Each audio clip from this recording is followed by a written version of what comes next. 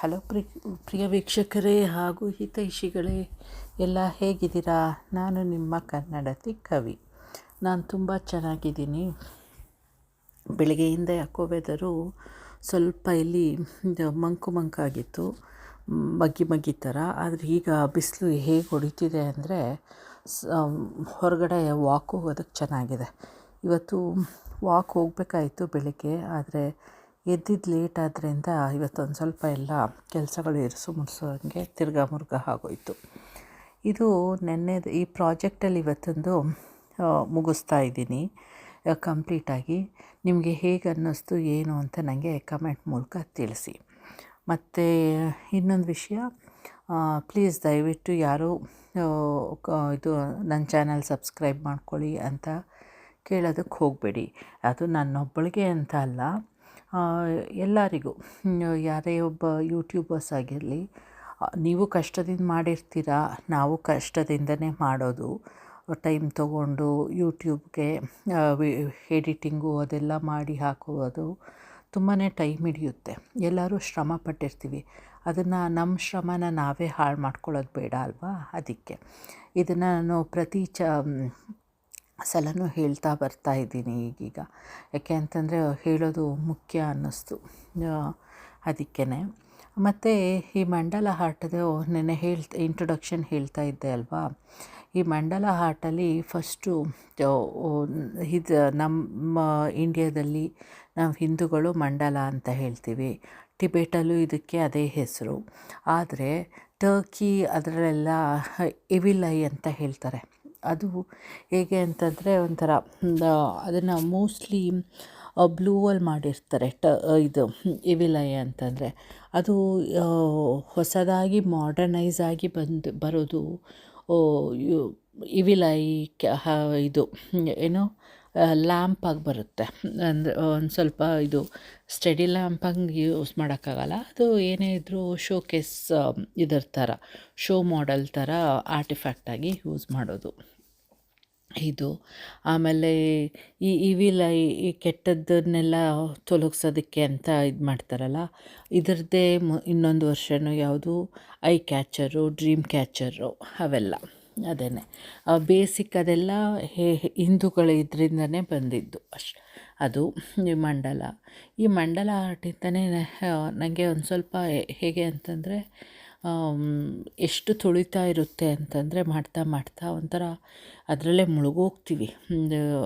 ಹೇಗೆ ಅಂತಂದರೂ ಸುಮ್ಮನೆ ಮನೇಲಿದ್ದರೆ ಹೇಗೆ ಅಂತಂದರೆ ಎಲ್ಲರೂ ಸುಮ್ಮನೆ ಟಿ ವಿ ಮುಂದೆ ಕೂತ್ಕೊಳ್ಳೋದು ಅಥವಾ ಫೋನಲ್ಲಿ ಸ್ಕ್ರೋಲ್ ಮಾಡ್ತಾ ಇರೋದು. ಈ ಸೋಷಿಯಲ್ ಮೀಡಿಯಾಗಳದ್ದು ಅದು ಎಲ್ಲ, ಸೋಷಿಯಲ್ ಮೀಡಿಯಾನೇ ಎಲ್ಲ ಆಗೋಗಿದೆ. ಒಂಥರ ಸುಮ್ಮನೆ ಏನು ಮಾಡದೆ ಹೋದರೂ ಸ್ಕ್ರೋಲ್ ಮಾಡ್ತಾ ಕೂತ್ಕೊಂಡು ಗಂಟೆಗಟ್ಟಲೆ ಕೂತಿರ್ತಾರೆ. ಅದರಿಂದ ಎಷ್ಟೋ ಮನೆಗಳಲ್ಲಿ ಮನಸ್ತಾಪಗಳು, ಗಂಡ ಹೆಂಡ್ತಿರ ಮಧ್ಯೆ, ಮಕ್ಕಳ ಮಧ್ಯೆ ಎಲ್ಲ. ಅದು ಈ ಮಂಡಲ ಆರ್ಟಿಂದ ಇದು ನನ್ನ ಅದರಲ್ಲಂತೂ ಏನು ಅವೆಲ್ಲ ತಪ್ಪಿಸ್ತಾ ಇದೆ. ಯಾಕೆ ಅಂತಂದರೆ ಏನೇ ಟೈಮ್ ಸಿಕ್ಕಿದ್ರು ಒಂದು 10 ನಿಮಿಷಕ್ಕೆಲ್ಲ ಅಂದರೆ ಮಾಡೋಕ್ಕಾಗಲ್ಲ. ಅಟ್ಲೀಸ್ಟ್ 1 hour ಹಂಗೆ ಗ್ಯಾಪ್ ಇದೆ ನನಗೆ ಅಂತಂದರೆ ಹೋಗಿ ಕೂತಿರ್ತೀನಿ ನಾನು ಈ ಮಂಡಲ ಆರ್ಟದ್ದು ಕಂಪ್ಲೀಟ್ ಮಾಡೋದಕ್ಕೆ. ಆ ಥರ ಅದು ಡೈವರ್ಷನ್ನು. ಏನಾದರೂ ಸ್ಟ್ರೆಸ್ ಇದಾಗಬೇಕು ಅಂತಂದರೆ ಇದ್ರ ಮೇಲೆ ಮುಳುಗೋಗ್ತೀವಲ್ಲ, ಏನೇ ಪ್ರಾಬ್ಲಮ್ ಇತ್ತು ಅಂತಂದರೂ ಅದ್ರ ಬಗ್ಗೆ ಯೋಚಿಸೋಕ್ಕೆ ಹೋಗಲ್ಲ. ಅದಾಗ್ತಾಯಿದೆ. ಮತ್ತು ಇವತ್ತು ನಾವೊಂದು ಏನು ನೋಡಿದೆ, ಸುಮ್ಮನೆ ಸಾಮಾನ್ಯ ಏನು ಮಾಡ್ತೀನಿ ಅಂತಂದರೆ, ನಾನು ಟಿ ವಿ ಅಲ್ಲ, ಅಡುಗೆ ಮಾಡುವಾಗ ಮನೆ ಇದರಲ್ಲಿದ್ದಾಗ ಸಾಮಾನ್ಯ ಒಬ್ಬಳೇ ಇರುವಾಗ ಅಂತೂ ಫೋನಲ್ಲಿ ನಾನು ಯೂಟ್ಯೂಬಲ್ಲಿ ಏನಾದರೂ ಇದು ಮೆಡಿಟೇಷನ್ದು ಅಥವಾ ಶ್ಲೋಕಗಳದ್ದು ಏನೋ ಒಂದು ಹಾಕಿಬಿಟ್ಟು ನನ್ನ ಪಾಡಿಗೆ ನಾನು ಕೆಲಸ ಮಾಡ್ಕೋತಾ ಇರ್ತೀನಿ. ಅದರಲ್ಲಿ ಇವತ್ತು ನಿಮಗೆಲ್ಲ ಗೊತ್ತಿರ್ಬೋದು, ಆ್ಯಕ್ಟ್ರೆಸ್ ಯಮುನಾ. ಆ್ಯಕ್ಚುಲಿ ಅವರು ತೆಲುಗು ಆ್ಯಕ್ಟ್ರಸ್ಸು, ಕನ್ನಡದಲ್ಲೂ ಸುಮಾರು ಫಿಲಮ್ ಮಾಡಿದ್ದಾರೆ. ಅದರಲ್ಲಿ ಒಂದು ಮೋಡದ ಮರೆಯಲ್ಲಿ ಒಂದು ನನಗೆ ಗೊತ್ತಿರೋ ಪ್ರಕಾರ. ಆಮೇಲೆ ಇನ್ನೊಂದು ಯಾವುದು ಅಂದರೆ ಇದು ಚಿನ್ನ, ಆ ಹಾಡು ನನ್ನವಳು ಅಂತ ಬರುತ್ತಲ್ಲ ಆ ಹಾಡು, ಅದರಿಂದ ಫೇಮಸ್ ಅಲ್ವಾ ಇದು. ಅವರು ಹೇಳ್ತಾಯಿದ್ರು ಅವ್ರ ಜೀವನದಲ್ಲಿ ಎಷ್ಟು ಕಷ್ಟಪಟ್ಟರು, ನರಕ ಯಾತನೆ ಆ ಥರ ಎಲ್ಲ ಆದಾಗಂತೂ. ಅದನ್ನು ಹತ್ತಿಕ್ಕೊಂಡು ಮೇಲೆ ಮತ್ತೆ ಪುನಃ ನಾರ್ಮಲಾಗಿ ಬಂದಿದ್ದಾರೆ ಅಂತಂದರೆ ಅದನ್ನು ಫಿಲಮ್ ಬಗ್ಗೆ ಹೇಳೋದ್ರ ಬದಲು ಈ ಥರ ಹೇಗೆ ನನ್ನನ್ನು ಟ್ರಾನ್ಸ್ಫಾರ್ಮೇಷನ್ ಮಾಡಿಕೊಂಡೆ ಅನ್ನೋದನ್ನು ಹೇಳೋಣ ಅಂತ ಕೊಟ್ಟರು. ಇದರಲ್ಲಿ ಇಂಟ್ರಲ್ಲಿ ಹಾಗೆ ಹೇಳುವಾಗ ಮೆಡಿಟೇಟ್ ಮಾಡೋದು ಅಂತ ಅಂದರು. ಆಗ ನನಗೆ ಸಡನ್ನಾಗಿ ಇದು ಮಂಡಲ ಹಾರ್ಟ್ ನೆನಪು ಬಂತು. ಇದು ಒಂಥರ ಮೆಡಿಟೇಟಿವ್ ಆಗೇ ಕೆಲಸ ಮಾಡ್ತಿದೆಯಲ್ಲ ಅನ್ನಂಗೆ ಆಯಿತು. ಅದಕ್ಕೆ ಅದನ್ನು ಕೋರಿಲೇಟ್ ಮಾಡಿಕೊಂಡೆ. ಆಮೇಲೆ ಇವತ್ತಿನ ವಿಷಯ ಇನ್ನೊಂದು ಹೇಳಬೇಕು ಅಂತಂದರೆ, ನನ್ನ ಮಾವನ ಮಗ ಅದೇ ತೀರೋದ್ರಲ್ಲ, ಅವ್ರದ್ದು ಮದುವೆ ಎಲ್ಲ ಅಲ್ಲಿ ಬ್ಯುಸಿ ಇದ್ದಾರೆ. ಆದರೆ ನಾ ಆಗಲ್ಲ ಶಾರ್ಟ್ ನೋಟಿಸ್ಸು. ಏನು ಮತ್ತೆ ಪುನಃ ಅಕ್ಕನ ಮಗಳು ನನ್ನ ನೀಸ್ ಮದುವೆಗೆ ಹೋಗೋದು, ಅದು ತುಂಬಾ ಇದು. ನೋಡೋಣ ಎಲ್ಲ ಹೇಗೆ ಏನು ಅಂತ ಎಲ್ಲ ಕೂಡಿ ಬರಬೇಕಲ್ವ. ಎಲ್ಲ ಏನು ಕೈಯಲ್ಲೇ ಇರಲ್ಲ ಎಲ್ಲ ಥರನೂ. ನಾವು ಅಂದ್ಕೊಳ್ಳೋದೇ ಒಂದು, ಆದರೆ ದೇವ್ರು ಕೊಡೋದೇ ಒಂದು. ಆ ವಿಷಯದ ಅಂತೂ ಎಲ್ಲರಿಗೂ ಒಂದಲ್ಲ ಒಂಥರ ಅನುಭವ ಆಗಿರುತ್ತೆ. ಕಾದು ನೋಡೋಣ ಹೋಗ್ತೀನಾ ಏನು. 99% ಹೋಗಬೇಕು. ನಾ ಯಾವುದೂ ಫಂಕ್ಷನ್ ಅಟೆಂಡೇ ಮಾಡಿಲ್ಲ ಇಂಡ್ಯಾದಲ್ಲಿ. ಆಮೇಲೆ ಮಕ್ಳಿಗೂ ಗೊತ್ತಿಲ್ಲ ಏನು ಹೇಗೆ ಅಲ್ಲಿ ಆಚಾರ ವಿಚಾರಗಳು. ಒಂದಲ್ಲ ಒಂದು ಪ್ರಾಬ್ಲಮ್ಮು. ಅದು ಹೇಗೆ ಅಂತಂದರೆ, ಪ್ರಾಬ್ಲಮಲ್ಲೇ ಸುತ್ತುವರೆದು ಬಿಟ್ಟಿದ್ದೀನಾ ಅಂತ ಅನಿಸುತ್ತೆ. ಆಮೇಲೆ ಒಂದೊಂದು ಸಲ ಅಂತೂ ಹೇಗೆ ಅನಿಸುತ್ತೆ ಅಂದರೆ, ನೀರಲ್ಲಿ ಮಧ್ಯೆ ಸಿಕ್ಕಾಕ್ಕೊಂಡಿದ್ದೀನಿ ಸಮುದ್ರದಲ್ಲಿ, ಅದರಲ್ಲಿ ಮುಳುಗೋಗ್ತಿದ್ದೀನಾ, ತೇಲಕ್ಕೆ ಮೇಲಕ್ಕೆ ಬರೋದಕ್ಕೆ ಟ್ರೈ ಮಾಡ್ತಿದ್ದೀನಿ ಅಂತ ಅನಿಸುತ್ತೆ ತುಂಬಾ. ಆದರೂ ಅಷ್ಟು ಸುಲಭವಾಗಿ ಸೋಲು ಯಾವುದಕ್ಕೂ ಒಪ್ಕೊಳ್ಳಲ್ಲ ಅನ್ನೋದು ಗೊತ್ತು ಈಗ ನನಗೆ. ಒಂಥರ ಛಲ ಅನ್ನೋದು ಬಂದುಬಿಟ್ಟಿದೆ. ಆದಷ್ಟು ಈಜೋದಕ್ಕೆ ನೋಡ್ತಾ ಇದ್ದೀನಿ. ಆಮೇಲೆ ನೀರು ಅಂದರೆ ತುಂಬ ಭಯ ಒಂಥರ. ಒಂದು ಸಲ ಹೀಗೆ ಮಕ್ಕಳ ಜೊತೆ ನಾವು ಒಂದು ಇದಕ್ಕೆ ಹೋಗಿದ್ವಿ, ವಾಟರ್ ಸ್ಲೈಡ್ ಇದಕ್ಕೆ. ಅದರಲ್ಲಿ ತುಂಬ ಕರೆದ್ರು, ಹಸ್ಬೆಂಡು ಎಲ್ಲರೂ ಟಿಕೆಟ್ ತೊಗೊಂಡಿದ್ವಿ.